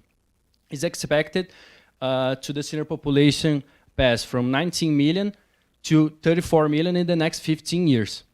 Also, Brazilian credit protection firm, SPC, made a research in 2018 that showed that the average of the market was 138 reais of the average ticket in buying the pharmaceutical retail market. But this value raises to 194 reais when it's talking about 55 years old grade. So, to project Raia Drogasil gross revenue, we divided into 2 parts. So first, we made an average of the current projection, and we assumed that the company would open 220 stores for the coming... So looking for the strengths, Raia Drogasil has a great buying power with their suppliers, as they are the leader market share. Also, their strategic location, as they have 1 store every 1.5 kilometers in São Paulo, and a high presence in the classes A and B. Also, an advanced logistics strategy, as they would be able to expand they would be able to continue with their expansion strategy without having to expand their DCs. Also, they have 75 stores serving as mini distribution centers for their online purchases. And looking to the Raia Drogasil opportunities. So with the new popular pharmacies, they would be able to expand their market share with a deeper penetration. And with an aging population, they would be able to increase its base of clients. And with the private labels, which are one of the greatest values of the company's portfolio. And finally, with the new ventures with health plans, that they would be able to obtain more clients, as an example of what happened in the United States. Looking at the pharmaceutical market growth, we can see that the revenue grew from 11 billion in 2000 to 104 billion in 2018, a CAGR of 13.1%. Also, comparing Raia Drogasil's performance with the Ibovespa index since 2014, we can see that the company overperformed the market, especially in 2014, 2015, and 2016, which were the years that Brazil was facing its worst recession, making the company reach a market capitalization of 34.2 billion reais in October 18, 2019. And now, looking to Raia Drogasil gross revenue projection, we assume that the company would open 220 stores for the coming years. And combining the store portfolio distribution with the revenue per type of stores, we could reach a number of equivalent stores. And the second part, we calculated the gross revenue per stores, and then multiplying by same-store sales of 4%, and then by the number of equivalent stores, we could reach in our gross revenue projection. And as we can see in the next graph, the gross revenue projection has a solid growth for the coming years, with a CAGR of 13.71%. Also, looking to our capex, we have that it will be mainly used for the maintenance of the current stores and also for the opening ones. And when we look to the OPEX, it has a stable growth in line with our gross revenue projection. Looking at the EBITDA growth, we can see a stable growth with a CAGR of 15.20%. Also, if we look to the net EBITDA, we can see that the company will deleverage itself in the next years, making it possible to finance its operations using only equity, while maintaining stable margins. Looking to the cost of equity, we use a Brazilian long 7-year bond to the risk-free, the company's beta, and the year-to-date Ibovespa from October 18 returns, minus the risk-free to reach our equity risk premium of 13.5%, leaving us with a cost of equity of 9.5%. And the discount rates for the cost of debt, we use a long-term bond of the company with its maturity in 2026 of 5.8%, leaving us with a WACC of 8.3%. For the PGR, we use a close rate to the sector's adjustment price, which happens every year. And now, looking Raia Drogasil free cash flows firm, it is sustained by a solid growth for the coming years and also for efficient cost of control of the company. Combining our free cash flows to flows with the perpetuity value, we reach a firm value of 43.5 billion reais. Excluding the net debt and the minority interest, we reach a equity value of 39.5 billion reais. Dividing for the outstanding shares, we reach our target price with a buy recommendation. And now looking into our investment risk. So Raia Drogasil, digital expansion, they would be able to enhance the customer experience, not only when they are inside the stores, but also when they are outside the stores with an app on their mobiles. And with that, they will be able to retain more customers along the years. Looking to the low-tier stores expansion, we believe that the company will retain its margins while having a smaller cost on each of the stores, more focus on OTC, HPC, personal brands, generics, and also lowering the cost from each stores with no parking space, no lights in the name of the stores, and lesser employees. Looking at the age population, we believe that the average ticket will increase with the aging population in Brazil, and also retain more clients during the years. On the other side, competitors' M&A is a big risk for Raia Drogasil, as they can have their margins pressured and the competition tightened, principally in their core business. Also, a law of selling OTC medicines in supermarkets and markets, it's a very great impact because OTC, that means out of the count, there are medicines that don't need prescription. If they represent nowadays around 20% of Raia Drogasil incomes. And because of that, it's a great impact that can be delivered by the supermarket selling also OTC medicines. Thank you. We now proceed to the Q&A.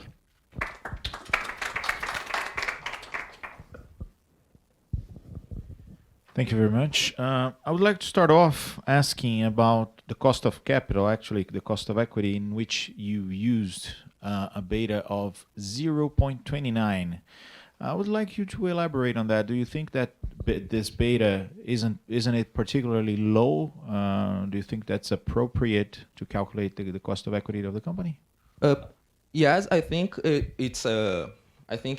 we can assume that it's a good beta for the company, as the company is a consumer staple, so they are not really impacted by all the macro environment. So I think we assume that the 0.29 is a good beta for the company. How did you calculate that?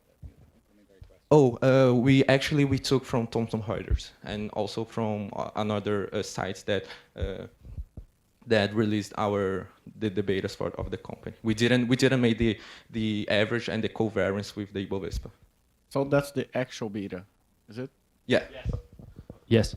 I have a question here. You are expecting a 220 store growth per year, and if I'm not mistaken, you have stable margins. Why won't margins fall or decline when you grow? Because usually you grow in second tiers, third tier places. Raia Drogasil is going to be able to maintain margins? Oh, as we said, in the low-tier stores, they are with very lower costs comparing to the noble stores that they have. They have the stores are smaller, from 120 square meters to 140 square meters. They don't have the parking space. Are more focused on the OTC, the generics, and the HPC and personal brands, which have the higher margins for the company and lesser costs for production and buying for the company. That's why we believe that the company will maintain its margins. A more general question. I mean, this is a very low beta company, as you showed there, right? A very low beta. And it tends to perform well when markets are not performed very well, which was the case back in 15 and 16. But right now we are in a more positive scenario, right? Where we expect the market to perform well. Why should I have this company right now in my portfolio? What would be the triggers for it to keep outperforming, even in a more positive scenario that we might have? From Yes, as we can see in this graph, we can see that although in years that the market was with stable performances, performances, it grew quite clearly the market gross revenue, and Raia Drogasil being the main player in the sector, we believe that it will maintain its margins and maintain the revenue growth, even with the market performing well. And also, we believe that Raia Drogasil has a really high skill management because they have a really aggressive opening stores against its main peer, and they still can deliver a good revenue when we divide it by the revenue per store. And all of this together with the aging population that can be raised their tickets and also their P times V perspective. And also all of that, also with the digital expansion, which grew from January 17 to January 19 to 151% on the sales in the e-commerce. You mentioned that the company is gonna deleverage going forward and is gonna be able to finance its operations only with equity. How do you see that? Is it positive, negative? I believe it's a really positive thing for the company to deleverage itself and have capital to finance the operations, because they will retain their margins stable and also have lesser debt in the balance sheets, which will be sustainable for the company's future. And did you take that into account when you calculated WACC, or what capital structure you used to calculate WACC? We use the risk-free with the maturity of 2026, which were the years that we projected the gross the revenues for the company, or with the beta that with the raw beta that we took from Thomson Reuters. Comparing the equity risk premium with the Ibovespa returns during this year of high markets. Yeah, but how much debt and how much equity you considered when calculating WACC? The weights. Oh, I don't have this number right here. I'm sorry. You have mentioned one risk about the supermarkets selling OTCs. Have you made any scenario that if this happened, how are you going to change your views? Because the question of competition, question of the easy sell, there's the aspirins or something that is easy to sell. Do you made any sensibility what was going to happen if this happened that can change or not your recommendation? We didn't make like an analysis of that, but at around like they would have an impact around 20% of their revenue. That could deliver like a 10% of fall in their revenues. So because of that, we would revise our model, and probably it would have a great impact that was probably change our position on this equity. And actually, when we look to 2017 and 18, when the generics the generics margins was pressured by the independent pharmacies, and now with the supermarkets also being able to sell OTC, I think Raia Drogasil is already trying to change that with their low-tier stores using their own personal brands in order to protect themselves and find other ways in order to keep their market share and in order to retain their market share against these new risks. You performed a DCF to come up with the price target. My question is, did you use another did you check that out with some other sort of valuation model? Did you look at multiples, for instance, price earnings, EV, EBITDA? Yes. Is that something that makes sense to do?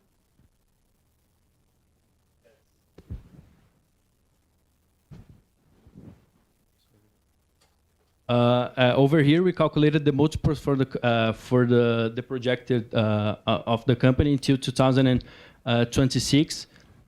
We can see, looking at the price earnings, that the company will have will be trading at a higher levels on the projected on 2019, but this level will decrease and continue stable for the foreseeable future. Does it make sense to compare it to the average of the market, or are there other peers to compare it to? Yes. How does it look like? I'm sorry. We compare to CVS and Walgreens because the other companies of the sector doesn't have their are not listed on the market. So we compare to CVS and Walgreens. We can see that the company is trading at really higher levels comparing to CVS and Walgreens, but also the market. We believe that the market's very different, and Raia Drogasil is able to maintain its leadership well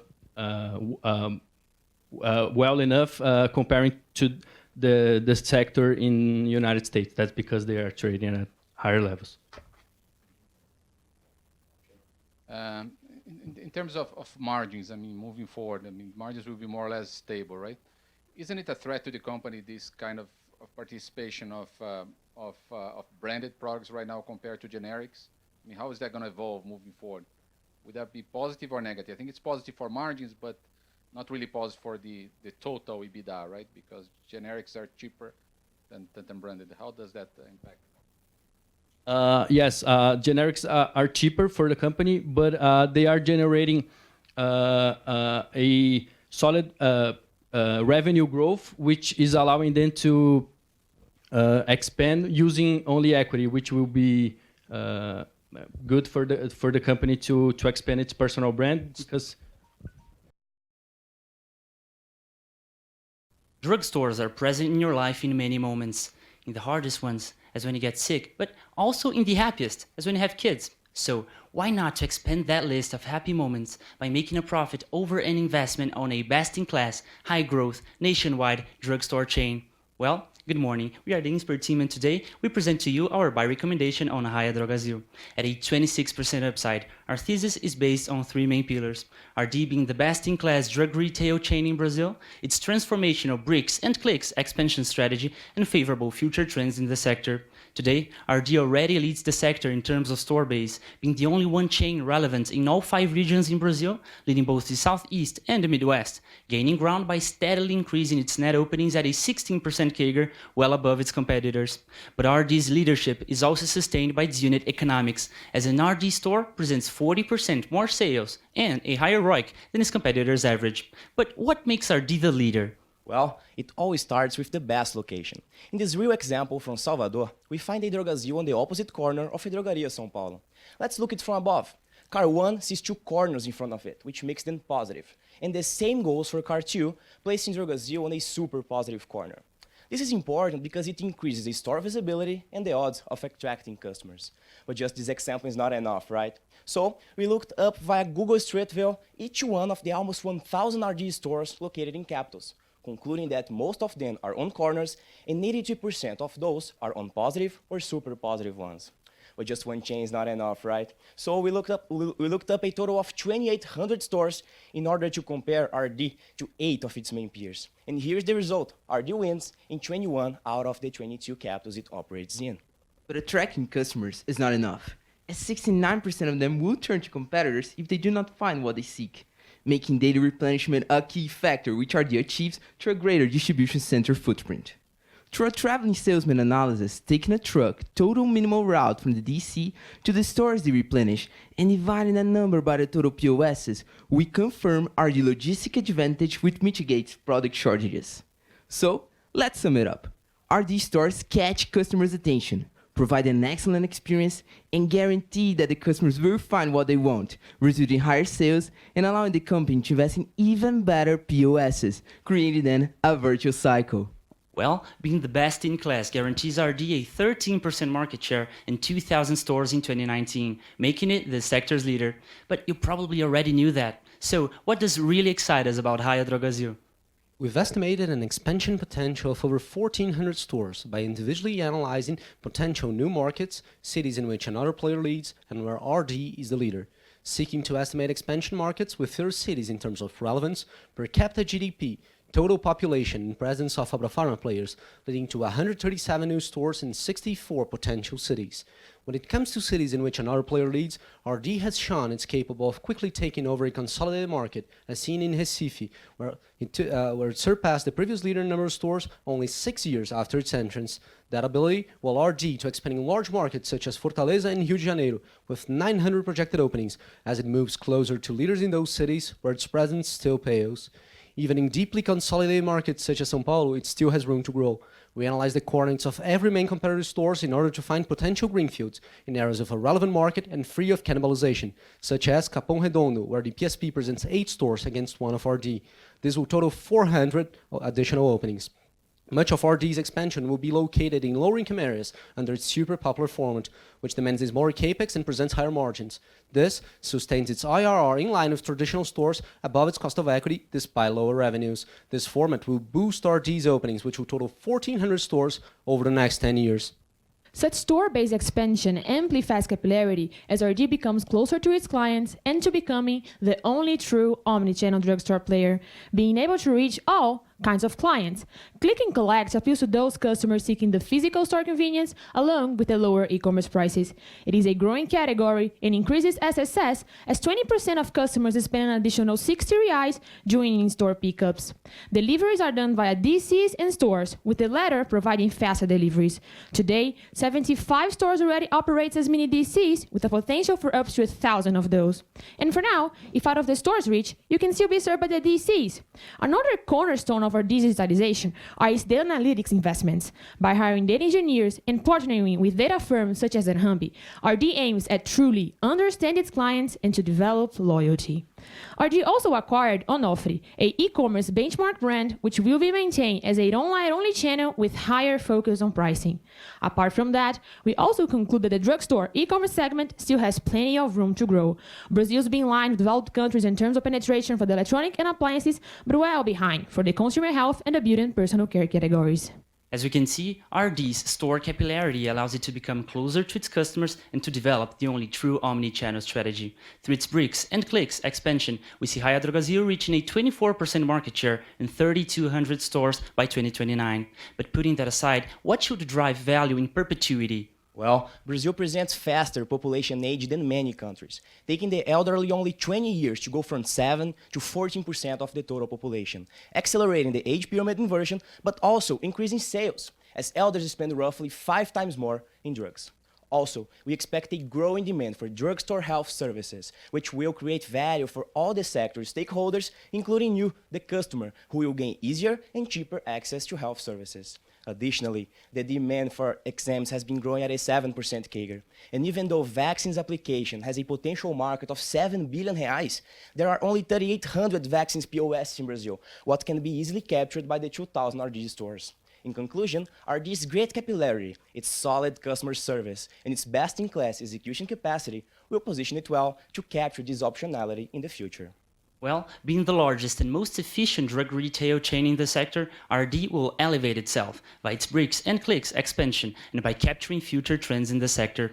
But how does all of this translate into money? We project a 330 bps increase in RD's major same-store sales due to a better competitive environment and a high integration of its omnichannel. Alongside that expansion and maturation, we see a revenue CAGR of 13% in the next 10 years. And since 90% of store costs are fixed, as maturation takes motion, expressive cost dilution will take place and stores' EBITDA margin will grow. As 40% of the stores are yet to be matured, we see an increase of 430 bps in RD's EBITDA margin. All of this will push RD to a greater cash generation in the long run. We discounted these cash flows using a cost of equity of 11%, and in terminal state, we assumed a growth rate of 6%, CAPEX equals D&A, and eliminated tax benefits. We also stress scenarios calculated 47% upside in the bull case and 11% downside in the bear case. By doing a Monte Carlo simulation, we reached a buy recommendation in 61% of all scenarios.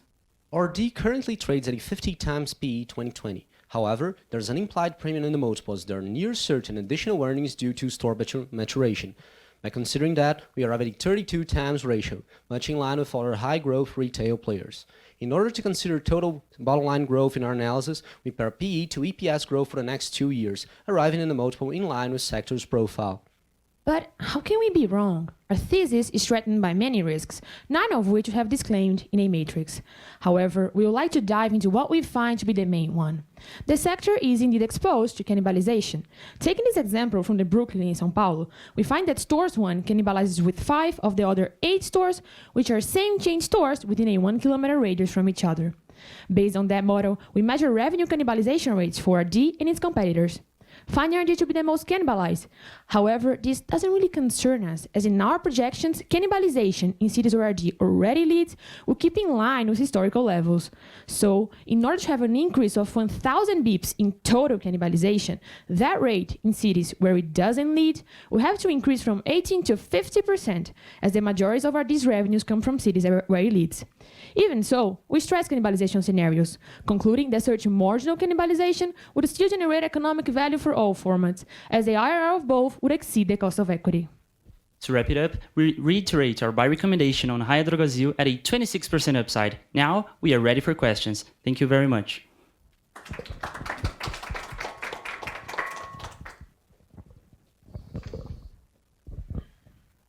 Thank you very much for the presentation. I would like to touch on one of the assumptions regarding perpetuity. You mentioned that in your perpetuity you equal capex to depreciation. Does that not imply that there's no inflation in the environment? Because if your asset base is a few years old and you're just replacing by a number that suffers the impact of inflation, does that not diminish your real asset base? Well, we chose to equal capex to D&A in order to for our PP&E not to go to. It would keep growing if it was not equal, so it would reach almost. It would keep growing eternally. So we chose to equal in order to make an assumption that it would be near to that. How much is perpetuity as a percentage of your target price? How much does it represent? I represent 60% of all the target price. And another question, should Raia Drogasil stop growing, how much would the stock be worth today? Could you explain? I mean, if Raia Drogasil stops... The growth in perpetuity to be 0. Yeah. Have you done that scenario? We assume 0 growth in perpetuity. What would be the impact on valuation? Is that the question? Yeah, that's... We think that, assuming that, we'd assume that you will not have any pricing increase due to the fact that all medicine would increase in price, so it would be understating the total value of the company. It would be more bearish than the total case. Okay, that brings us to my question. What's the main difference between the various scenarios, the bull, the base, and then the bear scenario that you have there? you could run over the difference among those three. So in the bear case, you are assuming that Raia Drogasil will not open any super popular format store. So you are putting 0% of its expansion to super popular format.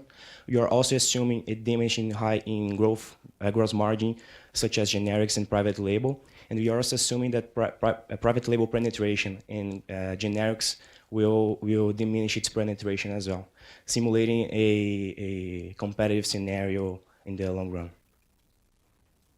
The other scenario, the bull scenario? In the bull scenario, you are putting 30% more store openings, as we believe there is still a lot of room to grow in bricks, and you are expanding our omni-channel as well, putting a premium in the SSS to the clicks expansion. If I understood correctly, when you mentioned the cannibalization as the main risk, you showed that even with the cannibalization, it's worth to open stores because the returns are better than the cost of capital. How you measure the cannibalization? It's just a question of you make the forecast of 100 points lower in the margin, or you... We developed a proprietary analysis of cannibalization that is based on the area of each store. So we web scraped every single address of Raia Drogasil through Python, and we converted them in geographical coordinates so that we could measure the distance between each one of them. And so there was a little geometry play.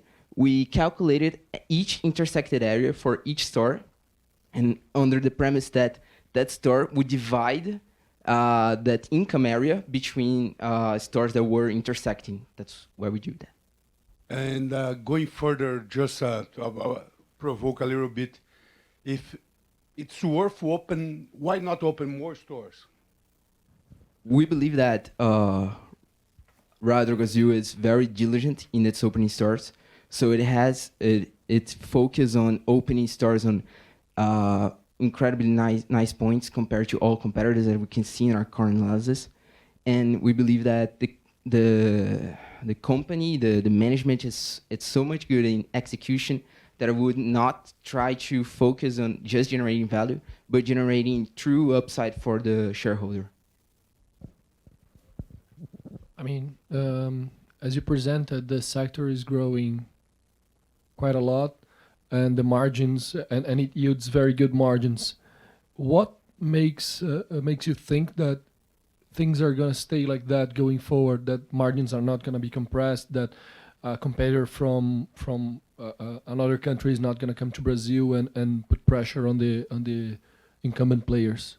Well, first of all, we believe that RD will be able to develop in the long run sustainable competitive advantages, especially through its omni-channel strategy, that probably generating a greater customer captivity and also a stronger brand power. So we believe that that would manage to sustain higher margins in the future. And apart from that, regarding international players, we believe that Brazil has a really unique sector operation. So as we saw through CVS, through its acquisition of Onofre, it had a hard time despite having lots of money to invest. And so we believe that that is a highly competitive scenario that international players will not have a great time, especially if we consider RD's great operation and capillarity today. So you consider the barriers to entry high for the industry, or not? Sufficiently high so Raia can maintain higher margins than its main peers in the long run. Just in terms of investment opportunity right now, you have a buy on it given the upside you have for it. But what would make me buy this stock right now? Because being a low beta stock, I mean, it tends to perform better when markets are not going so well, right? But why buying Raia Drogasil right now when we are in a scenario where the markets are probably going to perform much better? What makes it different? What are the triggers for me to buy this one instead of a company in another more leveraged sector to grow? Well, despite the sector being on an all-time high, and this is currently an anti-cyclic stock, It still can generate a lot of value because there's still a lot of untapped potential, especially when you look at the digital side. It's still a market still in fairly early stages of its digitalization, and RD is well positioned to capture that. So we see a lot of value generated in the future. There's also a lot of room to consolidate the sector, and we think RD will do that. It's the best run operation in Brazil. So it will capture market share and will expand to the digital world. So we think being in a bull market or bear market is still a good opportunity.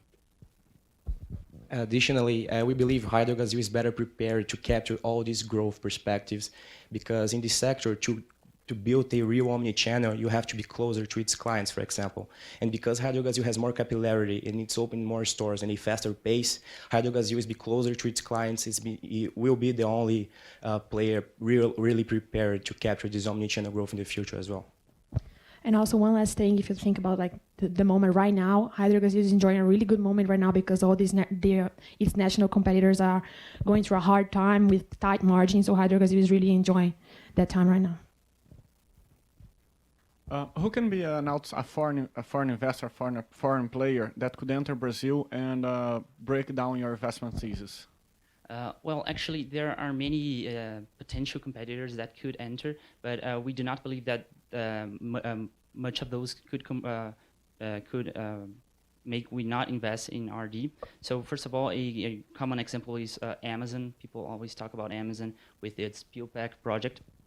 So first of all, apart from the fact that, as I mentioned before, the Brazilian retail scenario is really different from the foreign one, we also believe that RD has a great capillarity that would not be attainable in the long run by any other player. So we think that is a major competitive advantage because when it comes to digital strategy, a fast delivery, for example, is a really important thing in order to develop customer captivity, in order to enter the market. So we think that should not be a threat. And looking into international players that could enter the market, obviously CVS already failed here, so probably they would not be interested in going back. Walgreens has showed historically an interest to come to Brazil. CVS failure should probably be a motive for not to come, and also they're facing a lot of problems in the US, closing stores at the moment, etc. So we really don't believe an international player will come to Brazil, and if they do, they'll probably not be able to succeed and surpass RG.